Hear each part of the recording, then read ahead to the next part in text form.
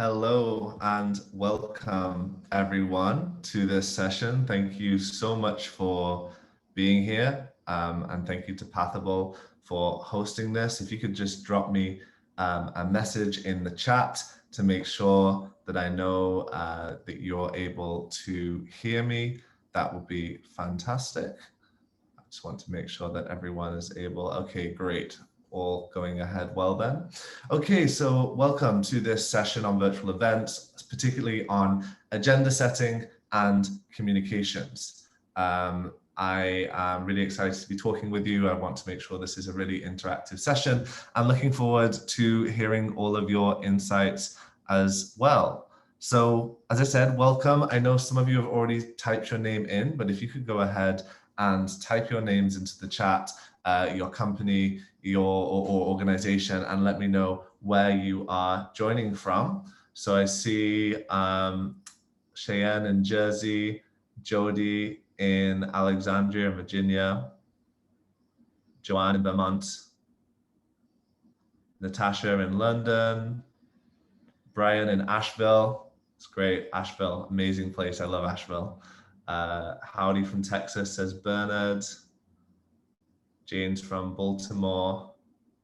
Great, lots of people coming in. Yes, someone said chat is disabled on Zoom. Yes, you must use the chat within Pathable, not the one within the Zoom. So Tanya in Sacramento. Oh, it seems like mostly Americans here. Rachel in Madison. I've got two screens, by the way, to make sure I have the window open. Okay, great. And if some of you let me know about the types, I'm curious to know the types of organizations you're from. Do we have mostly event managers here or people looking to do events? Yeah, tell me if you can just a little bit about you, because it's always useful for me. If I know I'm talking mostly to event managers, then I can tailor my talk accordingly. Events manager, corporate events. Okay, that's what I figured. Event director. Great. Okay, great. Well, we'll get started. Thank you everyone for humoring me with that. And please do keep the chat going within Pathable for the whole session. I want to make sure that we're using that. So my goals for this workshop, I have 3 key questions that I want to cover. Why are virtual events here to stay beyond the pandemic? That's our introductory session, just to give a bit of background and overall some thoughts there. How are networking and agenda setting different in a virtual setting? That will be part 2. And part 3, how do we communicate successfully for a virtual event? And this communications part, I think, is key and quite different to the physical setting. Really appreciate the Pathable for having us today. I've done 2 events in the last 2 months on Pathable with a combined audience of around 15,000 people. Our attendees really enjoyed using that, and I like the flexibility of this system. Have a lot of you in the chat already run events on Pathable? You're running, you're planning on running events on Pathable? Let me know. Okay, so just quickly about me, and I'll jump into things. My name is James Ellsmoor. I'm director of a company called Island Innovation. We specialize in communication in the sustainability and environment sector, but I'm a speaker. I've spoken at events over various countries. My favorites are when I get to go to the Caribbean, and we do various other consulting work for various different companies in our specialist sector. Island Innovation is an international network on sustainability, and we actually pivoted into this virtual event space, and I'll give you a bit of the story on that later, offer various digital marketing and communication services. And what we do, which might seem a bit different for a lot of you, is we specialize in communication for remote, rural, and island regions, hence the name, and hence my interest in virtual communication, where travel is often not an easy option for some of the people that we're working with. So today's workshop will be interactive. If you've seen already, please give me your opinions, ask questions, interact in the chat, and let's have a conversation. I know I really don't want this to be me lecturing you when we have so many, looking at the chat already, I can see so many experienced event organizers and professionals in this sector already. So fantastic. And a lot of you have got experience using Pathable, some none, some pre-COVID, interesting. I want to make sure that we have your inputs because you are the experts. And I'm a really big believer in this virtual event space. There's a lot of changes happening. There's a lot of interesting evolution. What is the case today is not the case, is going to be the case in a few months. And what I mean is the technology. We've all seen how rapidly the technology has evolved this year. Look at the Pathable platform. But also people's expectations. At the start, there was this rush to do Zoom webinars, and now people are realizing, okay, we need to make sure there's networking, we need to make sure there's some other features. So I don't think we've stabilized yet, and I'm continually testing, learning, experimenting with what is the best platform to use. And I don't believe there is yet an answer to that question. It's difficult to think. You know, I was thinking back to this time last year, I was explaining to people on a regular basis what Zoom is, how to download Zoom, and introduce that. And obviously we've come a full 360 in this year, but I don't think those changes are going to slow down just yet. So I really do want to hear everything that you all have to say. So Desiree says, now we are the Zoom experts. Exactly. But I do like the fact that we have Pathable, we have these other platforms as well that can complement Zoom. Zoom is still, to me, the top platform in many respects, but I don't use it for all my events. So particularly if I want that networking experience, I think a combination of Zoom with other platforms is a great option. So question one, why are virtual events here to stay beyond the pandemic? I hope that isn't too scary to a lot of you virtual events or event managers that have had to make this pivot. But of course, we will go back to physical events in some form, but virtual events will also remain here as well. So my experience has really been different to a lot of people. I didn't make the pivot from physical events to virtual. My whole career has been virtual, and we were doing virtual events before the pandemic. So that's why I think I can add an interesting perspective on this. Our team at Island Innovation is spread over 7 countries. We've been fully remote since the company started 3 or 4 years ago. And we did various different events over the last 4 years that were virtual. And even I've got here, my master's degree was entirely virtual as well. And so for me, the exciting opportunity here is going to remain. We saw this before the pandemic, and this has accelerated and made my life easier by providing lots of interesting opportunities. So to tell you a bit about the Virtual Island Summit, this was in 2019. This was the first really big event that we did. And just 6 months before the start of the pandemic, it was really interesting to see that transition in people's expectations and how that impacted our event in September this year. As I said, for our first event, we were telling people how to download Zoom. We had this detailed guide of here is how you download Zoom, here is how you mute yourself, here is how you do all those things, and expectations changed really rapidly. But the Virtual Island Summit, we designed this to connect islands from around the world. So what can Jamaica learn from Madagascar, learn from Okinawa and Hawaii, or even Greenland? And we were able to bring in this really global audience of people. The exciting thing for me is this is a conference that would not have been possible in a physical setting because of the vast distances, the vast costs of flying those people in. So we were able to do something that really, starting from virtual, not having kind of the baggage of being a physical event, we started from virtual, and that allowed us to think about things differently. So here, I put the website there if you'd like to check that out. But we actually had this year over 10,000 people register for our event.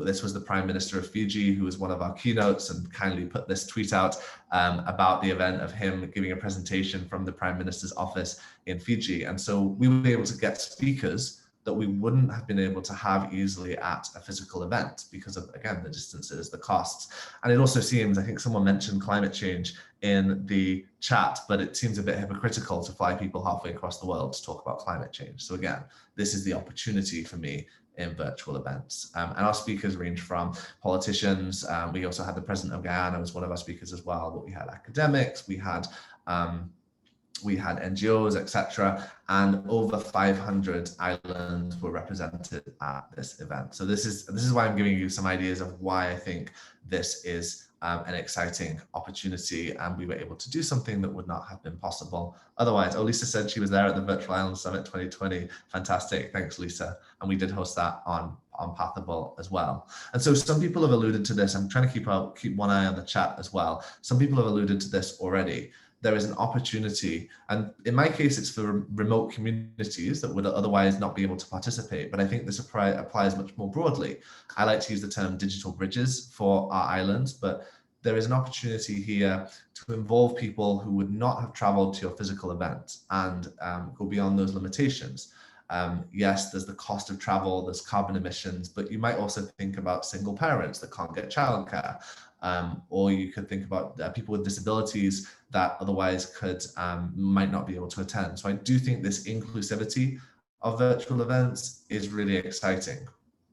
To talk about an event that I recently organized for the University of North Carolina at Chapel Hill, that was an event on water and sanitation in Africa. And they had always had this physical event happening in North Carolina, and it was very difficult for a lot of their African stakeholders to participate, or actually it was global, but African, Asia, or Latin American stakeholders who were central to the conversation to participate because of the visa issue being one of the biggest, but obviously the cost as well. Now that they've done it virtually once, from our conversations with them, we believe that they're going to have to keep this as a hybrid event, because going back to a physical event after they've seen the inclusivity that a virtual event can bring, going back to physical is just not going to be an option. So I think there's an important shift that will happen in many sectors that, okay, we have to make sure that our events are accessible. And this is really empowering to places that otherwise may not have been able to attend. Yeah, obviously it's cheaper to travel. Be curious, do drop in the chat. A few people have already how this applies to your industry. I see, yeah, low barrier to entry, people who can't afford the in-person costs, Stephanie. We cannot go back, says Desiree. Yeah, increased reach. I mean, definitely. I think your expectation as an event organizer is that you have to have more people to have the same impact. So what maybe you'd be happy for having 200 people at a physical event, that becomes several thousand people minimum as a target. So it does change expectations on the event organizers for sure. Lisa says, we work with a lot of college professors, getting them to leave classes for a week to attend is challenging. Exactly. So it does allow you to have this greater participation of people who maybe would not not have participated otherwise. So we've kind of already done this. Feel free, if there's anything else, to type into the chat your thoughts on the future of virtual events, how you think the sector is going to evolve. But that was my immediate input on that. It's here to stay, says Eric. Yes, I agree. Okay, so to get to the more meaty question, how networking and agenda how are networking and agenda setting different in a virtual setting? I think this is really important. A lot of people have tried to take an agenda from a physical event and cram it into the virtual space, and it just doesn't work. And I think people are learning that slowly, but you cannot just plug everything that you would do in a physical space to a virtual setting. I think fundamentally, virtual and physical events are two different things, and they should be treated accordingly. There's obviously some overlap, but they're not really substitutes for each other. They both have their pros and cons, but the way that people interact with them is completely different. So we need to stop thinking about them as substitutes and treating them distinctly. I had an advantage at the previous event that I mentioned because we started virtual, and so we could come without kind of the baggage of being a physical event. But I always really encourage clients who are putting together a virtual event to rip apart their whole agenda, start again, and use this as a chance to do things differently and to change the way that they're doing things. I keep getting distracted by the chat, but I'll just wait and have a look at it afterwards. So kind of similar to the last point, on the networking first, you can create an even better networking experience online. In some ways, again, it's different. It's not like for like. I don't think there's any point in comparing them. But by broadening your reach, if you're having an event in, I thought, Asheville, North Carolina, then you're probably attracting a large part of your people from within the immediate area or drawing from the pool of people who have a budget to travel. But depending on your audience, actually, you can create this better experience by involving more people and perhaps giving them a more diverse network by doing things virtually. So I think if it's done right, you can create a better networking experience.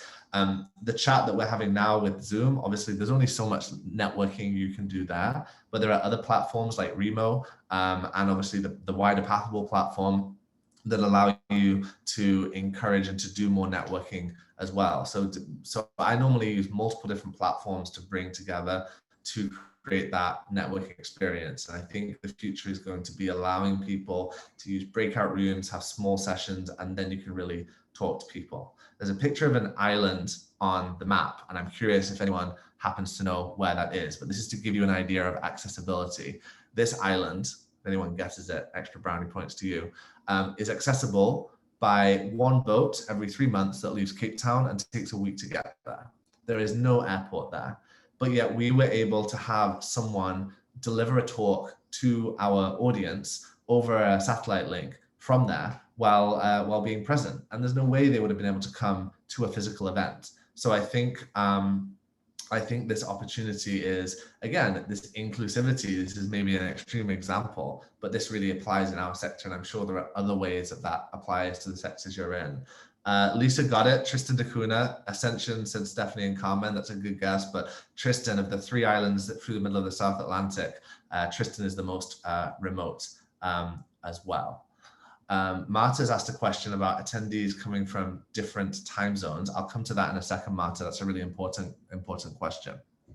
So most people think that you need to be in person to have an interactive networking experience. I don't think that's the case. They're different things. And if it's done well, as an attendee, you can get more out of your online networking experience.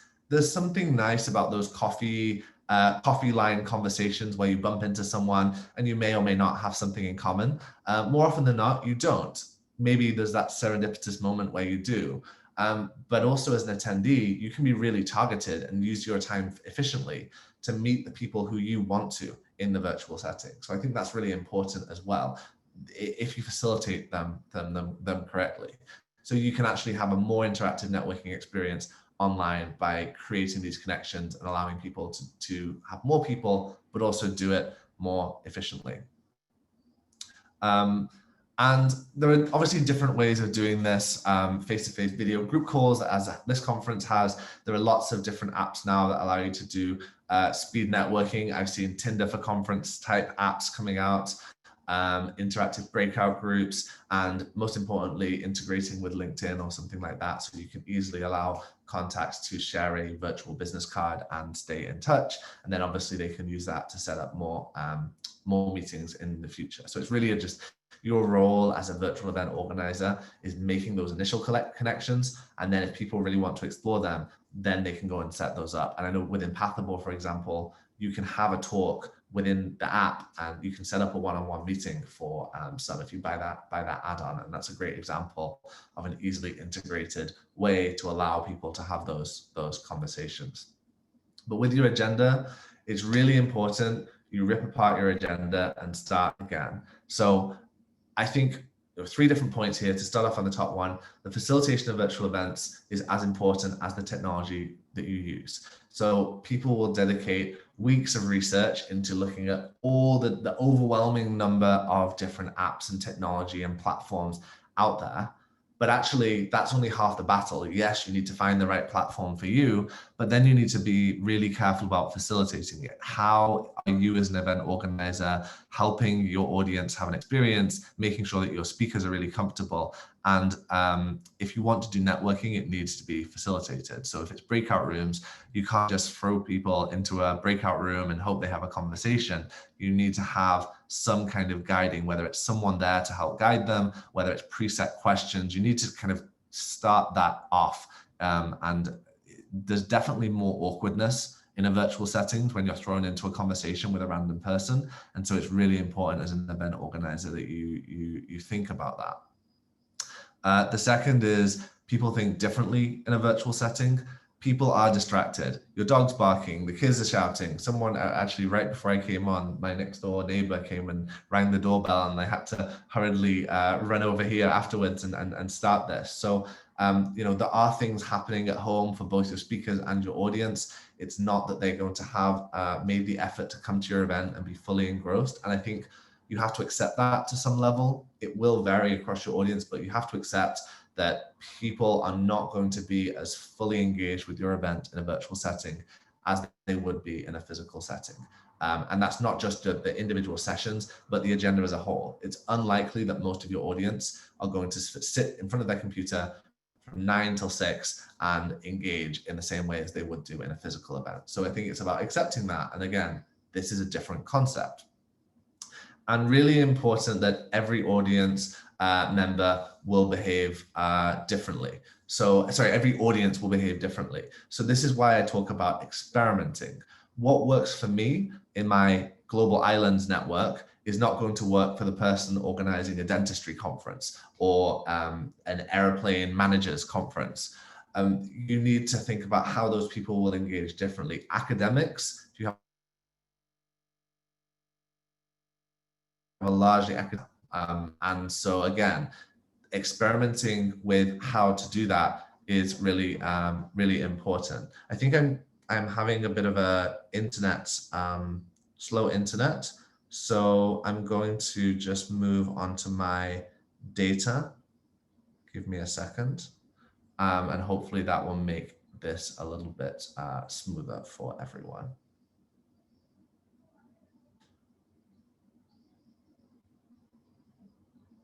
Okay, that doesn't seem to want to work. I had this as a backup. But anyway, let me know in the chat if the connection is unstable.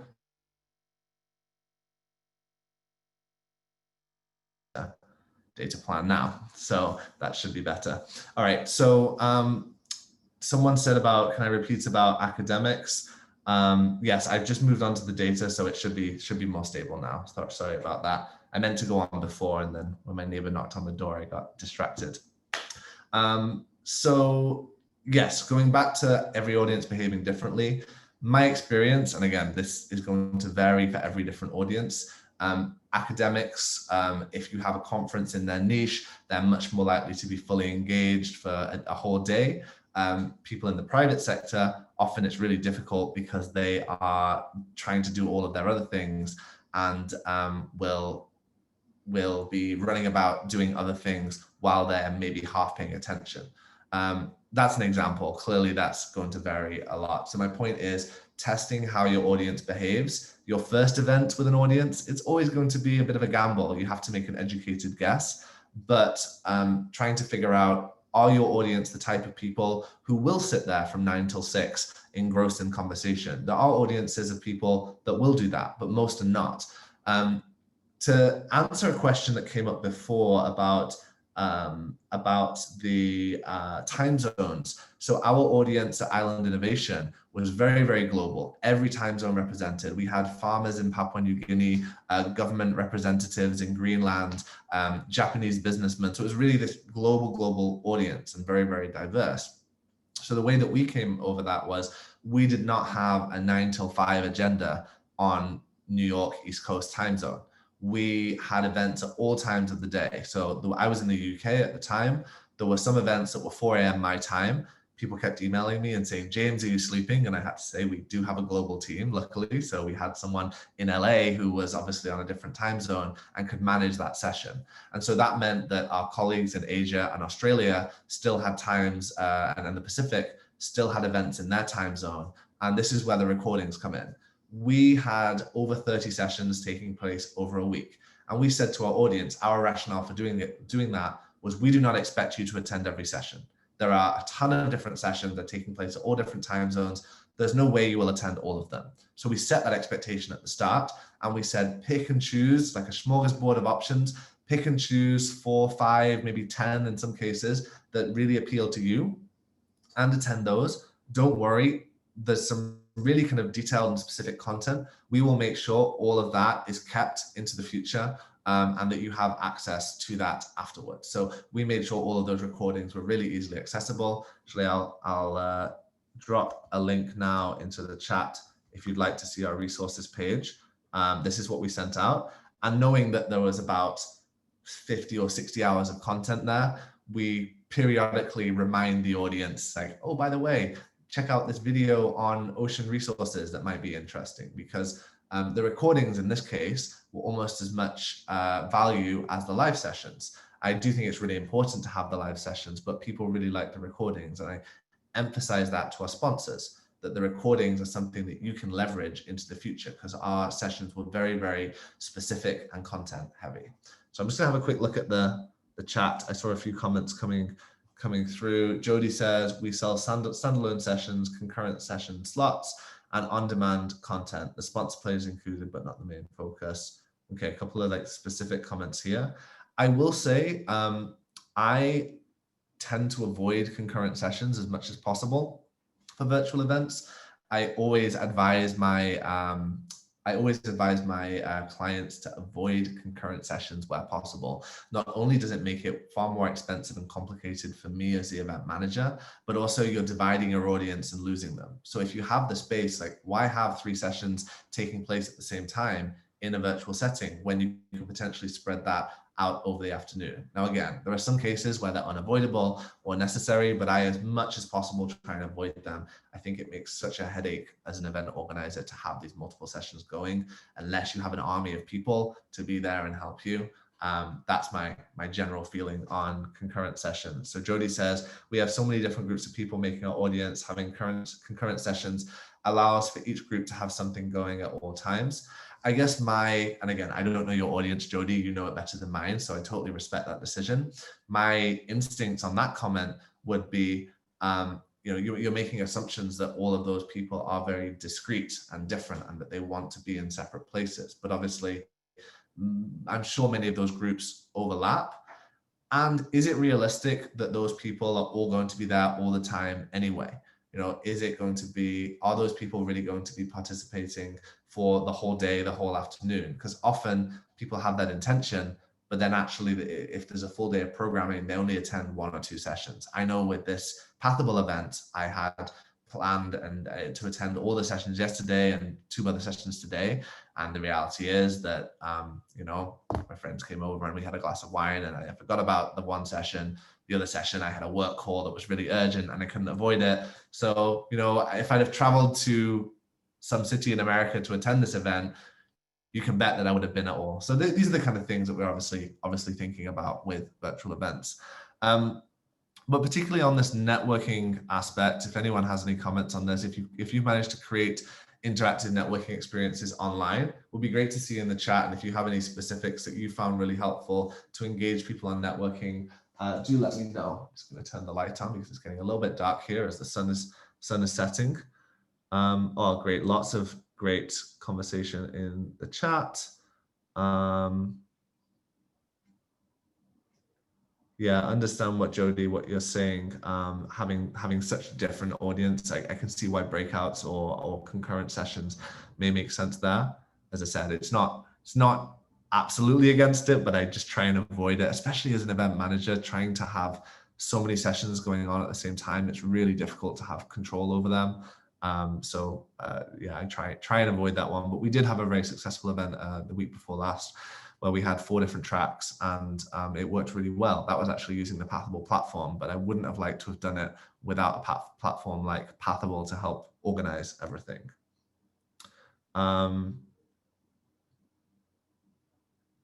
Carrie said, you found this event's agenda confusing. I think it's because there's different types of sessions. So this one is more of a webinar, one-on-one, but then you have the different breakout rooms and they've got those different types of sessions. Okay, lots of people saying that they have and haven't done interactive networking experience. ED says moderators are key. Absolutely. This is where it's as much about technology as it is about facilitation. You need to find that balance here. You have to have someone facilitating. A lot of people saying Toucan is a new platform. I've not heard of that one actually, Lisa. That's great. Work great with Happy Hour. Hopin, I've heard Hopin is good, and obviously Pathable has a great option for networking as well. One of my clients, Hayden, we worked with him at a university in the Caribbean, saying that it's balancing the content, the webinars with the networking, and that was what we really worked. We talked about on his event was how to make those two match up. My pet hate is going to an event that feels like I'm watching a YouTube video. If there's no reason for me to having turn up live. I'm going to answer your question, so hopefully that's incentive. I'm trying to interact with you in the chat. There's only so much you can do for Zoom, but I do think just those little interactions make such a big difference. That's why I'm really against pre-recorded events, pre-recorded sessions in most cases, because I think if you pre-record it, personally, it's not really an event, it's a YouTube video. And I could watch that when I was cooking my dinner or whenever else I feel like I watch YouTube videos. Joyce says agreed. So good. I hope that's not upset anyone who has done pre-recorded. Again, there are contexts where pre-recorded makes sense, but not always. Okay, question 3. How do we communicate successfully for a virtual event? This is a very broad question because we have before, during, and after. And I believe that communication is so much more important for a virtual event. Not that it's not important for a physical event, but when someone has bought a plane ticket, booked a hotel, or just paid for a ticket, then they are committed to your event. It's so easy to sign up for something. So you need to sign up for something online and then forget about it. So this communication before, during, and after is critical, even more than it is for a physical event. And I did make the point there about paying for a ticket. Happy to have a conversation at the end about charging for events as well, because obviously that makes a big difference. But there's definitely something there. Obviously, if you pay for it, you're far more likely to show up. My rule of thumb for registrations versus people actually showing up is about 1 in 3.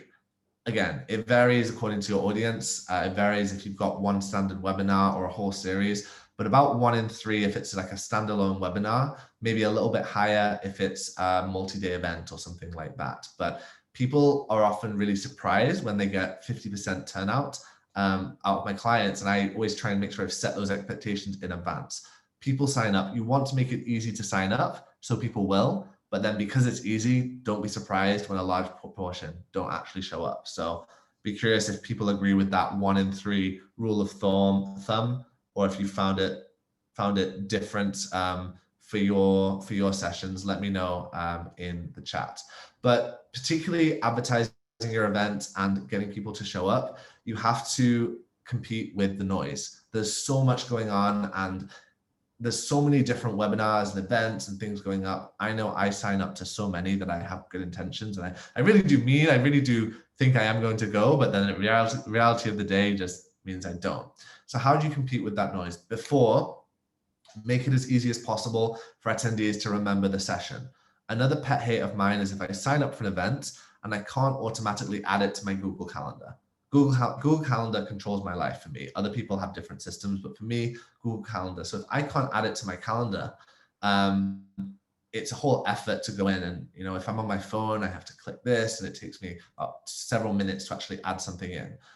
Maybe that's being dramatic, but you get the point. If I can just one click add something, then it makes it so much easier. And a simple thing like attendees not being able to add an event to their calendar will really change and will really make a difference to your total turnout rate. So keep that in mind, and also keep that in mind in the follow-ups as well. So it's not just when they register, they add it to the calendar, but when you send them a week before a reminder, you can also say, here's a second opportunity to add it into your calendar.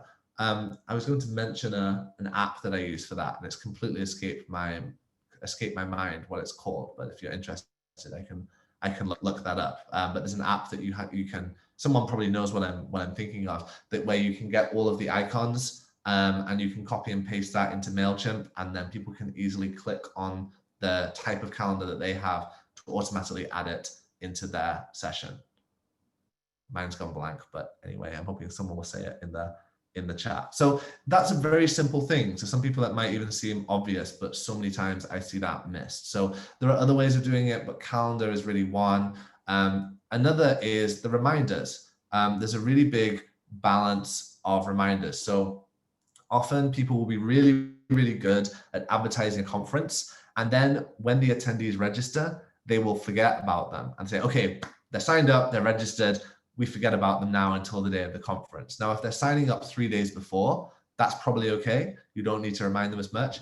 If you're advertising this 6 weeks or a month before, you need to engage people. And so again, thinking about how do you increase that turnout rate, you've got to build momentum and build enthusiasm. If you're noticing, like for our conference, people sign up 3 or 4 months in advance because we make it easy to, and we continually promoting.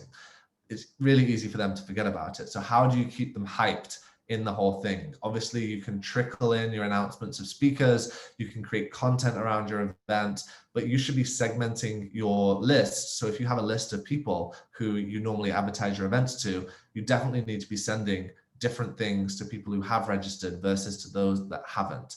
And again, a simple thing to do, but those people who have registered, you should really be hyping them up and reminding them to add it to their calendar, because most of them probably didn't the first time. And that should get more and more urgent closer to your event. This is it can be a difficult thing, because however much you remind people, people will complain you're either reminding them too much or reminding them not enough. It's not right, because everyone thinks differently. Some people have their calendar fully scheduled out several weeks in advance. They know they're attending. They don't need reminding. Now, good for those people, but a lot of other people make a split decision 10 minutes before that they're going to attend your event. And so you need to accept that people think differently. Some people want the reminder the day before, so that when they're preparing their calendar the night before, they have it ready for their event the next day. Some people need that last minute, 30 minutes before shove to say, oh yeah, I was going to attend this, reminder. So that's why I think these reminders being scheduled is really important. I always err on the side of more reminders rather than less, but it's controversial. So Edie says we send communication through multiple channels, some through Pathable. Yeah, there's definitely you've got to find different ways of doing it. I've seen some apps do really good. I don't think Pathable does this, but some apps will allow you to do push notifications through a phone. You can even have, you can even set up a system to send people Facebook messages, and you can allow people to opt in to these to some extent. If people don't want to, then they can just unsubscribe from the updates, and you should make sure you give them that option. However, you want to make sure that they're not unsubscribing from all future communications from you forever, because they may just want to unsubscribe from this specific event. So however you do your mailing list, allow people to unsubscribe if they find too many reminders annoying, but make sure that they're not unsubscribing from your entire list, because that may not be their intention. So again, that will depend if you use MailChimp, if you use something else, you may be able to segment your list in a way that allows you to do that. Just keeping an eye on lots of great comments. Thank you, Lisa, Eva, Stephanie, Tracy, for being so active here. Always get feedback on reminders. Stephanie, I agree, get feedback, but also don't take it too seriously. Feedback is great, but I always find you obviously have to take it with a pinch of salt, right? Because people tell you things that are not necessarily what they actually do. People fill in feedback forms with how they like to think that they behave, as opposed to how they actually behave. So feedback is good, but I say ask for feedback, but don't necessarily listen to it. But you have to think about that together. Hi Latoya, thanks for joining, and thank you for your nice comment. Okay, during your event. Now this is actually during the session like this, but if you have a multi-day event, you'll email reminders throughout. Now, if someone has signed up for your event, you should be sending lots of reminders, really badger them. Like I am always disappointed when I sign up for an event and I only get the wrap-up email at the end. And it's like, why are you not sending me daily content? So what we really like to do is send screenshots of the sessions, but also set screenshots from Twitter. So if you have an event hashtag, you can really push people to use that on Twitter. That's your engagement. And you can then take those screenshots and post them at the bottom of your emails. And that drives more engagement, because people want to be featured in your daily wrap-up or half-day wrap-up, however you want to do it. So screenshots from Twitter, other social media too, but really Twitter. with an event hashtag can be a really nice way of engaging people and making people appreciated. We sometimes even do 3 or 4 different screenshots from the day and post them there. And again, that kind of drives engagement as something that you can do during the event as well. But you've got to find the balance and acknowledge that everyone thinks differently, and what works for one event audience will not work for another event audience. Afterwards, following up is important, doing a report. And when I say report, it can just be some quick facts. It can be 3 bullet points, but let your audience know some obviously positive statistics from the event, how people found it, maybe some good feedback. Make sure you follow up and don't lose your momentum for your next event. This is something that we're still getting better at. It's easy to say, but honestly, actually doing it is not always possible. But making sure that you follow up after your event, build the momentum for your next event. The best time to get people to sign up for an event is immediately after your first event. So if you have an event coming 6 months later, then send people the registration for it on your last day of your current event, right? Keep that momentum going. Don't forget about them for 3 months. Even if it's just a very simple sign-up sheet where they type in their name and their first name and their email, then you at least have them ready for the next event. So make sure you kind of keep that momentum going and allow that to help build on your next event. Oh, so many comments coming through. I'm sorry if I'm not. I definitely will read them all after the session. Sorry, I can't keep up with them all afterwards. And we will have time for questions. So make sure that you drop in any questions. Speakers and attendees can engage more deeply. So this type of, I separate it networking and engagement. Networking is almost between and around your sessions. How are attendees interacting with each other? Engagement is more between your speakers and your attendees during the session. So again, the chat, the polls, Q&A, those types of things. And again, depending on the platform you're using, that can be more or less. Videos is perhaps another one. But the engagement is really important during your session, trying to get people engaged deeply throughout the session. And I think what is different to me for a virtual event that I could not do if I was up on a stage at a physical event, being able to get that live feedback. So obviously if you're on stage, you can see your audience faces and you can see if people laugh. That some people find that more challenging when they're doing a physical event. However, if I want real concrete input, like I said at the start, we have so many experts in this audience. There's so much great content and great information coming out of what you're saying in the chat right now. People have different experiences than I do. And so being able to have that kind of live commentary during a session, now I'm used to it as a speaker, I find it really informs what I'm saying and allows me to give a better talk. And I find actually doing a virtual talk easier than a physical one. So the real-time responses that you can get, the real-time input, I think is really important, and using that to your advantage in a way that you can't. I mean, if you were all shouting out these comments that you're seeing in the chat while I was on stage, it's not considered quite the same, right? If you're whispering to the person next to you or running commentary, it's not quite the same. But having the chat, I think, is a really nice way of doing things. I haven't used polls in this talk, but what I often do at the start is have a poll. Where are you from? Who are you? And that gives me a bit of information about you that I can then use to tailor my talk. That's why I found out most of you are event managers, so I can talk about a different thing than if, say, most of you were conservationists or biologists.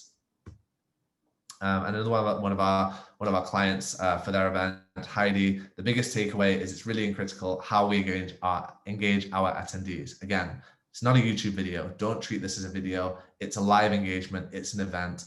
Don't let people sit there and be passive. Try and involve them as much as possible. Okay, we've covered a lot today. What have you learned? Why are virtual events here beyond the pandemic, and how are they going to continue?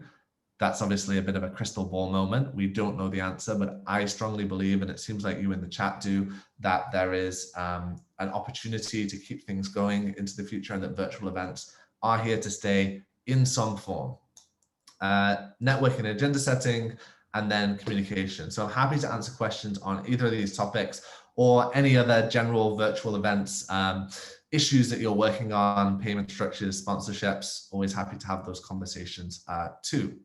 But I'd be curious if there was anything new that you learned today that was particularly interesting, or any nuggets that you found particularly helpful. So do put them in the chat, and would love to see them.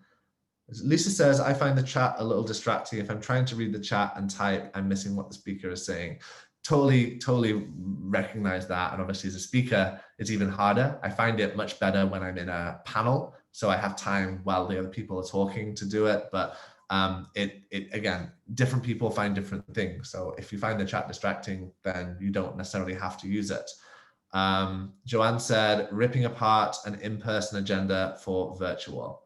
Yeah, starting from scratch. Don't try and plug it in. You need to think of it differently. Karen said, pitch the in-person agenda, and or I think you mean ditch the in-person agenda and start over. Mackenzie said, avoiding concurrent sessions when virtual something. Yeah, again, to consider.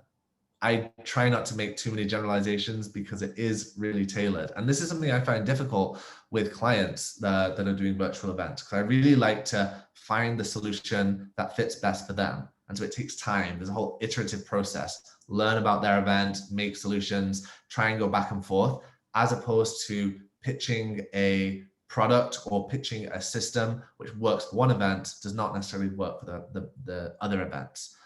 So that's the way that I work. It can be a little inefficient with onboarding clients, but ultimately it leads to the best experience for everyone. Sandra says, based on the session and feedback in the chat, I'm more excited about the possibilities of virtual events. That's fantastic. I'm really excited to hear that. I'm just dropping a link as well. I'll come to it in a second, but for those still here, about this free checklist that we've put together. So do check this out if you would like kind of some things to consider when you're going through the event. Oh, Elizabeth, hi, nice to see you there. Thank you, the colleague that I worked with on an event recently. I didn't realize you were here, so thank you. Robert says, engaging attendees in the chat. Yeah, for me, that's really important as a speaker, trying to make sure people feel listened to. And as I say, you can do that in a different way.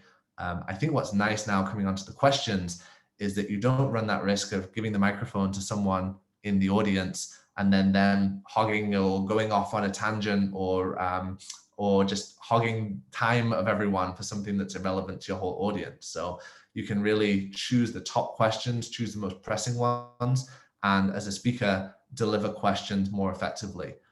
You obviously lose out to an extent that you're not hearing the people's input in the same way, but I think that it allows me to tackle the questions more efficiently. So coming to the questions, now is the time. Virtual events are the future. I think there's an exciting opportunity there. As we said, more versatile, cheaper, more accessible, and more sustainable. So that's the 4 key things that I would like to pitch to my clients. You can do different things, definitely cheaper. There can be challenges because you can't charge people as much or at all, and sponsors see it differently. But I think overall cheaper per attendee. Accessibility is really important, and I use that in the broadest sense of accessibility. And obviously now with carbon emissions becoming more and more important, particularly in that sector, you can keep your event more sustainable. Nzinga, one of our clients, was from the Ministry of Economic Development in Curacao in the Caribbean. And I think this is a really interesting insight because they had the job of promoting Curacao as a destination for investment, and they would do a physical conference every year. Now, of course, who doesn't want to go to the Caribbean? They had a lot of people going to do physical events. They hadn't really considered virtual events before, and they realized that by going virtual, they could have such a broader reach, particularly to tell people who'd never heard of that island about the island and then attract them to come to a physical event. So I think that's really interesting for somewhere where it's obviously a high cost to get to. They were able to reach this whole new audience that they didn't have before. And I think this combination of doing some things virtually, but then making the most of the Caribbean situation, attracting people to come physically afterwards, is really interesting. So we need to figure out, and I don't think the industry has done that, what is this hybrid model, whether it's for events in general or for a specific event? What does hybrid look like? How do we make the most of the two? So I mentioned we put this checklist together. Please do go and download it. It's got several pages of just things to consider. Not all of them will apply to you, but if you work through that, it should help you think about a lot of the different things that I've said today. So the link to that's in the chat, or you can type it in. And this is my last slide, so I will go into the questions now. So please do drop them in. Check out the virtual events checklist. Feel free to email me, and if you want to send me an email or drop your email in the chat, I can also keep you updated. We are launching soon a virtual events lab. So again, with this idea of experimental, what works for one event, how do we experiment with virtual events? This lab will be a really interesting place to explore that. So do keep posted for that. And now I'll go to the questions in the chat. Okay, lots of different questions coming in, and I'll try and scroll up. So Lindsay said, how long should a virtual event be? How many hours should it last? How many breaks? How long of the breaks? Definitely make sure that you have spaces between your sessions. Don't try and do back-to-back sessions unless you have a huge team of people working with you. It can be an absolute nightmare. You definitely need to leave that space. I always start sessions 20 minutes early in the green room, or at least 20 minutes, if not 30, for your speakers to come in. So you need to make sure that you are starting each of your sessions early to allow that space. I would recommend 30 minutes in general. And if you tell your speakers 30 minutes, many of them will show up 15 minutes. You tell them 15 minutes, they show up 5 minutes. So it is helpful to say that. I would say spreading it depends on your audience. So there may be places where 9 to 5 works really well, and you have a really packed agenda and people will show up. The events that we've done have been like that, but also have been really, really spread out. So acknowledging people are going to pick and choose. So I don't think there's a right formula, but definitely just maybe even asking the people who attend and trying to make a guess on their behavior. The first time you do it, it will be a guess, but you can use information to inform your later decisions. Okay. Isn't there a chance of losing attendees when you space out the sessions, says Diana. And Desiree, I'll mention Desiree's comment. We did 15-minute breaks in between sessions and it was too short. So Diana, on the one hand, yes, I understand why you might think that, but in general, your different sessions will require people to log out and log in anyway. So for example, the next session after this, I think there's a space anyway, but even if it was straight afterwards, you would have to leave this Zoom conversation and join a different Zoom conversation. And so that is a way that you lose people anyway. In practice, I don't really think people will look through the whole agenda and pick and choose anyway. Most people are not staying there session after session. And I don't think a 30-minute break is going to lose that many people. I think that if you lose people, the cost of that versus your own mental health and the ability to go to the bathroom between sessions and as an organizer is totally worth it. Again, if you have a big team, you can do slightly more, but giving your audience, your speakers, and yourself a break actually is important. So I don't think you will really lose too many people between sessions anyway, especially if they have to leave and rejoin your sessions. So we'll be curious to know if other people have experiences in here as well. We did 20-minute breaks, no concurrent, says Carrie. We could get to each session. Yeah, and even if you do a 20-minute break, you as an organizer will need that whole 20 minutes to onboard your speakers. I think it's really important that you do have someone welcoming your speakers, making sure that their microphones work, telling them if they need to move their camera, whatever you need to do. So it is really important that you have that time to do that. And you may, that's why I say 30 ideally gives you room to breathe as an organizer. Okay. Jody said we did 15 minutes, a lot of conversation about this. Any other questions? Many times speakers have bad lighting. Yeah. Edie said we set up several presenter training sessions in advance and it makes a big difference. I would advise doing that too, but even then you still need to be opening your session early to make sure, because people will join your training session, speakers will say they know what they're doing, and then they'll arrive in a panic on the day. So you still need that time on the day. especially if you realize that internet connection is not that good, their microphone's not working. You still need that time before the session, in addition to presenter training sessions. And I will say now, presenter training sessions, depending on the platform you're using, in advance are becoming less and less necessary because people are just more experienced with Zoom. Before the pandemic, when we were doing virtual events, the presenter training sessions were absolutely mandatory, because that was often when people would actually download Zoom for the first time a week before the event, and you don't want them downloading your software a week before. So depends on the platform you're using. If you're doing everything through Zoom and not using anything else, then people are in general okay with that. And you may not need to do a session in advance, and the 15, 20, 30 minutes before is okay.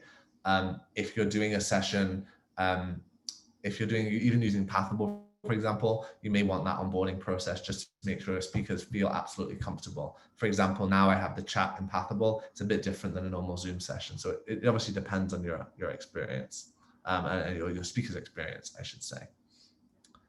I'm going to look for some of the other questions that were coming through. Length of a session. So as opposed to a whole day, that actual session, I think 1.5 hours is absolutely plenty. It does depend on your format. If you have a panel versus a one-off speaker, this session, oh, it's almost over. This session is 1 hour, which is plenty of time. But maybe if it's a panel, 1.5 hours. I think not much less than an hour, because you need to get people in there. So 60 to 90 minutes, I would say, for the average session is a good rule of thumb. Oh, this is a good point from Una. You should have a staff person monitoring chat for the speaker as a best practice. I agree with that. I think I am experienced enough to do this where I can monitor the chat myself, but that's because I've done hundreds of virtual events at this point. So I feel comfortable with that, but most speakers have not. And so being able to, according to your speaker's experience, being able to make that adjustment is important. If you have got a question that I haven't answered, drop it at the bottom. I'm going to wrap up in just a couple of minutes. But I just want to make sure if I haven't missed any, because as you said, if I had someone here, I actually do think that when you have the Q&A within Pathable, it's a bit more difficult to follow than the one within Zoom. I feel more comfortable with having a Q&A within Zoom. Okay, last question then. Quick question from Mia. I missed the agenda setting portion of the session. Will this be posted somewhere? The recording will be available straight after, or about 30 minutes after, in the same place as you're looking now. So if you come back in 30 minutes, it will be there. I'll also upload my slides in the files tab. So if you click next to the chat, you'll see a files tab. Right now, there are 2 links in there, but I will make sure that I upload my slides there as well. And there was another question. Okay, Kristen, how do you feel about giving attendees a lot of content options versus keeping the agenda streamlined? We have one organizer who wants a ton of concurrent sessions, and I'd be afraid it will be overwhelming. Kristen, I would say that depends on your team. You definitely need an army of people behind you to do concurrent sessions. It's a lot. People underestimate how much work is needed by organizers for each session. So definitely I would advise being careful on the concurrent sessions. It's better to have less content and it be better executed than just a ton of content for the sake of it. There is so much content out there already. I don't think you need a ton of content. So, okay, great. Well, thank you so much, everyone. Carrie says, this is by far the best learning session from yesterday and today. Thank you so much. I really appreciate that. I will drop my email in the chat. Feel free to reach out to me directly. And thank you, everyone. I hope you enjoyed this and all learned something. Enjoy the rest of today's events, and goodbye.